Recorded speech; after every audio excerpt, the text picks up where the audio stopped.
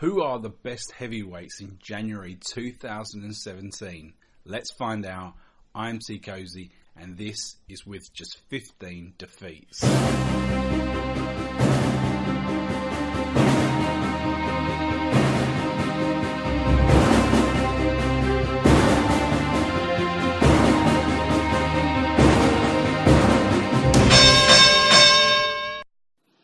This is Teekosey Boxing, and I'm back with another round of with just 15 defeats.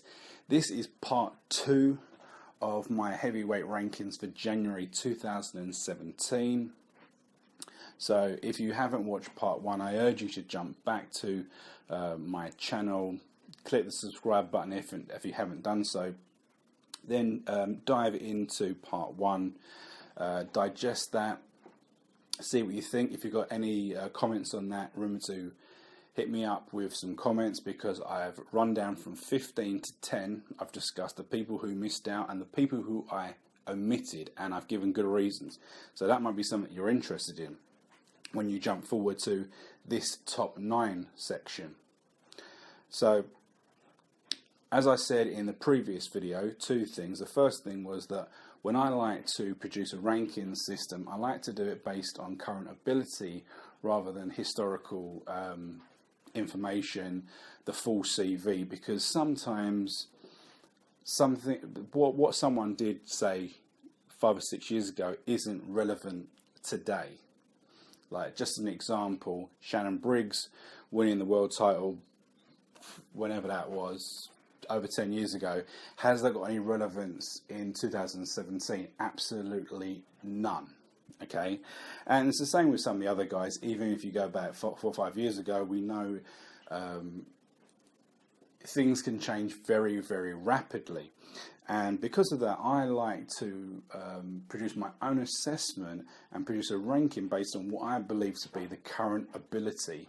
So I take into consideration a whole load of attributes, their ability, their defense, movement, knockout power, lots of other things. And I went into this in a bit more depth in part 1. You might want to go back and just go through the criteria. And this gives me a more rounded position of where I believe they are. And from that data, I then create my own ranking system. So that's that. And also, in the first video, I teased you that at the end of that video, I would be telling you the 3 boxers to watch out for in 2017. Now, because I've split this video into 2, we didn't get around to it. It's going to be at the end of this video. So, as I say, check out the whole of this video. Check out the 3 to watch at the end. Remember to leave me some comments on both the 3 to watch and my top 9, starting with number 9. The top 9. Now, the first one, my number 9, this is going to be the one that's going to be possibly the most controversial, okay? And that's Hughie Fury. Remember, I'm basing this on ability, not CV. If it's based on CV, yeah, he's falling possibly outside the top 30, even the top 40, okay? But he has something special. He has some serious talent. He might not have power. Definitely hasn't shown that he's got power, but he's got good movement. He can box very cleverly. He can tire people out.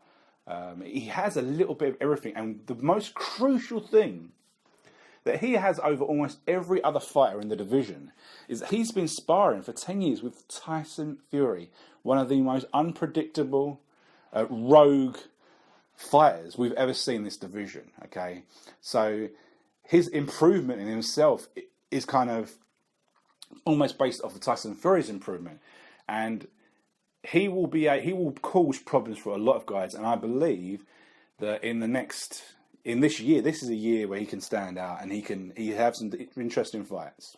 Okay, obviously in 2016, the form book, he won 2 fights. Completely outboxing his opposition. Now, number 8. Now, again, I need to just say, we're talking about current ability. Current ability. Now, my number 8 is Wladimir Klitschko. And a lot of people say, whoa, surely Wladimir Klitschko has to be number 1 guy. He has to be up there. He's only lost to Tyson Fury. Tyson Fury's out of the picture. Wladimir Klitschko has been a legend. He's just taken at everyone for 10 years. Yes, he has. But we're talking about current ability. 2017 in January. And he hasn't fought for well over a year. Okay, so his last fight was 14 months ago, where he really didn't put up much of a fight. He didn't throw many punches. He struggled. Tyson completely kind of done him. And then the previous fight before that was Byron Jones. He won it, but it was laboured. It wasn't what we were expecting. A lot of people at the time were expecting Klitschko to knock out Jennings early. Okay, it didn't happen. Did not happen. Wladimir Klitschko must be faded. He must be faded.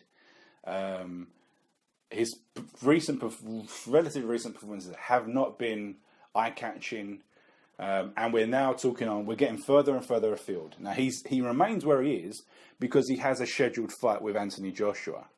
Okay, and that is where his relevance remains. Okay, but that's where he is for me. Next is Povetkin, like one of the most highly skilled operators in the division. But Povetkin for me is number 7. There's a big question over him because of these repeated drugs tests. Is he juiced up? Has he got advantages that he shouldn't be having?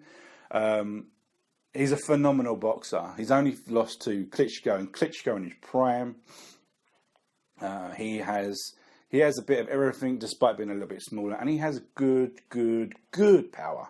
And I believe that I'm putting him at 7, but I think he could probably beat a number of people above. But I put him there. The other thing is also his age. He's a lot older than most people believe, or most people realise. Sorry. So he's not a spring chicken, and he knocked out Duhaupas on a day's notice when he'd had like 3 months camp. It wasn't a fair fight. Yeah. So we'll have to see what fight he gets early in early 2017 to see realistically where he is. And he's one of these guys where when we do the summer rankings, it's all going to be change. All could be change, and he could be one of those guys that change. And number 6, Luis Ortiz. Doesn't do much for me, Luis Ortiz. Loads of people think he's a beast, and he's the greatest thing since sliced bread. He's the most feared fighter in the division. There's something. In 2016, he fought Tony Thompson, Malik Scott, and Dave Allen. Didn't look impressive in any of those fights. Tony Thompson basically gave up, took a paycheck. Malik Scott, he really struggled with a little bit of movement. And Dave Allen, again, it wasn't that impressive. Okay, wasn't that impressive. He's shown himself to be somewhat laboured, and he takes a lot of rounds off, a lot of time within rounds. But then his win against Jennings was quite impressive, going back over a year. And he does have skills. He has power. Whether he has the crazy power that people believe, for me, I'm putting him in this position because for me, it's all about the next fight. The next fight, he should be having a bigger named opponent, and he really needs to step up, because if he doesn't, for me, he drops down further. I'm going to say it now, I will be dropping down Luis Ortiz in my rankings if he does not dispatch a decent level opponent with ease. Okay. Number 5, again, is a little bit of a surprise, is Kubrat. Pulev. He comes number 5, and for me, he's in this position more on the basis of other people like Ortiz, that haven't really shown impressive performances. Now, Pulev himself didn't have fantastic performances himself. He had a war with Derek Chisora and a very easy fight against Samuel Pia. But Pulev really does have some very nice skills. Very good movement, light on his feet, in and out, good boxer. Doesn't quite have the power, a bit like Hughie and some of those guys, but he has skills, and he has what it takes to be a world champion. He has what it takes to be a champion if he can box, and he can box well, and he sticks to a game plan.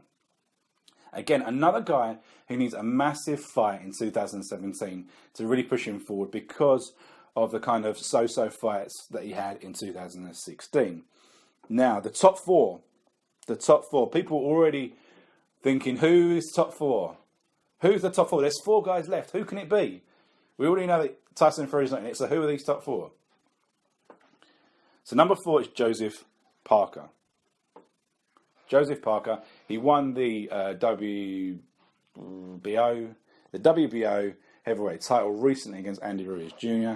Very close fight, very, very close fight. And for me, it was somewhat unimpressive because I thought that Parker would win with ease. Joseph Parker has fought 5 times in 2016, which was quite impressive. He won all of them, of course, remained unbeaten and walked towards this title shot, which he managed to win. Now, he had the Ruiz fight and the Takam fight were close. They were tough fights. For him. And he got through them. And I believe that there's a lot more from Joseph Parker. There were tough fights against top 20 guys, top 15 guys. He didn't look that impressive. He didn't fight in both fights. Both of those fights that were tough, he didn't show the best of Joseph Parker. Now, maybe that's a sign. That's something that we need to look out for. Against lower opposition, that jab is boom, boom, boom, boom, boom, boom, boom. He's banging that triple jab, and he is just lighting up the faces of his oppositions. My biggest problem in the Andy Ruiz fight was that he was throwing that, but he wasn't landing. He wasn't in range. And I think this is the anomaly in the way that people scored it. He was not landing punches. Okay? But anyway, he's a phenomenal talent. He's picked up a strap. He's one of the belt holders. He's one of the legit belt holders. He's calling out big names, Wilder, Joshua. He wants these guys. Be interesting to see who he gets. Now, for me, I would put him in with a top 15 guy, not a top 5 guy just yet. He's had 5 fights in 2016. Give him a decent title defense to cement himself. Someone that's going to cause him some issues, some problems before going to the next level. Okay? So that's number 4. Now, number 3, again, people will definitely say this guy should not be in the top 3. But it's David Haye, the Haymaker. One of the most talented heavyweights of the modern era. Unified the cruiserweight division, came up to the heavyweight division. Has great movement, explosive power, explosive movement, good range of shots, KO power. Okay. Always been a fan of Haye since the first time I watched him. He's an entertaining guy, and he likes to run his mouth, which is what we all love to see. 2 fights in 2016 against one terrible opponent and one against a bang average opponent. So we didn't really learn much from David Haye, apart from the fact that he probably earned himself like 5-6 million quid. But because of the way I described David Haye initially, the abilities, the talent that he has, if he's still got it, he's as deadly as anyone in the division. And that's why he hits number 3, because I think he still has it. He's got a big fight against Tony Bellew, which he should dispatch Tony Bellew with ease. We move into who he then goes for next. And he has to go for a world champion. If he's still a credible boxer, he still wants to be in the division, he has to take on a world champion in 2017. It has to be one of the world champions, right? Number 2. Now, we know who's left. 1 and 2. But which way is it? Right. Number 2 is Anthony Joshua. He won the world title early. After the title was stripped from Fury, Charles Martin won it, and then he beat Charles Martin. He then defended it against Dominic Brazil, and then he defended it against Nick Molina. 3 relatively easy fights. Anthony Joshua definitely has negatives. There are things that he needs to improve on. His movement is not great, but it has improved. It hasn't improved. What goes from him is that he's in his prime. He's in fantastic shape. He can box very nicely. And he has phenomenal knockout power. Probably the best knockout power in the division. Okay? But he has things to improve. And the problem is as a spectator, as a fan, as a viewer, when a guy is knocking someone out for fun, you never really see what they've got to offer. You look at Shannon Briggs. He has 40 first-round knockouts. What do you learn from that? You learn nothing. What you learn is when he gets in with someone that can avoid the first-round knockout and take him into deep water, and he struggles. Now, will this be the case with Anthony Joshua? If he can get in there, if someone can take him to deep water for full 12, what will happen? That's the intriguing thing that we don't know about him yet. But despite that, there's a lot of good things going on. He's got a super fight against Klitschko. And if he beats Klitschko, we'll probably see him as number 1 in the summer. The number 1 guy in the division, regardless of what the other guys do. Because it just shows he's beaten a legend. Even though the legend is a fallen legend, he beats him and he's there. And we'll have to see whether Tyson Fury comes back. All right? We then move on to number 1. We all know who number 1 is. By now, it's Deontay Wilder. A disappointing year for Deontay in 2016. He had 2 fights against Spilka and Areola. Relatively easy. He won the majority of the rounds and they didn't go the full distance. He had serious injuries. Broke his hand again. I believe he's broken his hand numerous times over the years. And also had another muscular injury, I believe. It's disappointing. He was meant to have the Povetkin fight, which would have classified him up there as being one of the top guy for me if he'd beaten Povetkin. We didn't get to see that fight, which is a real shame. But it is what it is. Okay, he's got a fight early on in February against another guy that doesn't really make much difference to him. He doesn't learn anything. All that happens is that he gets money transferred into his bank account for participating in the fight. Doesn't really learn anything from his career, his ability. We're not going to really find much out, in my opinion. But for me, still the number 1 guy because of what he offers. He's big, but he's relatively light. He's got good movement. He's got power. He's got unorthodox style, despite being an Olympian. Because he never really had much of an amateur background, that style hasn't really embedded in. And a lot of people kind of criticize him for his skills and the shots that he puts together. But they're big and they're powerful and they stop people, they hurt people. He needs to move on. He needs a defining fight. And it will obviously, after he fights this first fight in February, what happens? We've got a lot of guys. There's a collision course for a lot of guys in the middle of 2017. It'd really be interesting to see what happens. So that's my ranking. So moving down from the top 9, we had Hughie Fury. Then we had Wladimir Klitschko with Povetkin, Luis Ortiz, Kubrat Pulev, Joseph Parker, David Haye, Anthony Joshua, Deontay Wilder. Now, as I said at the beginning of this video, 3 guys to look out for that could be making waves. I'm not saying they're going to win titles, but they're going to be making waves, and it's going to be big standout years for them. Okay, and those 3 guys are Hughie Fury, Jarrell Miller, and Dillian Whyte. They're 3 guys that are within my top 15, and they are all guys that could make a serious dent on the division. They could have big fights. All 3 could have big fights that alter the course of where the titles move. Okay, so it'll be interesting to follow those 3 guys. Now, tell me if you think how you think those 3 guys are going to be this year, And is there anyone that was outside of the top 15 that should have made the top 15? Okay. Is my top 3 correct? What's your top 3? Who is your top 1? Okay. Is there anyone I've discarded that I should have considered? Okay. These are the questions that I want to see, that I want to hear from you. Okay. So thanks for staying with me for the full duration of this video. I really hope that you've enjoyed my top 15 heavyweights for the rankings for January 2017.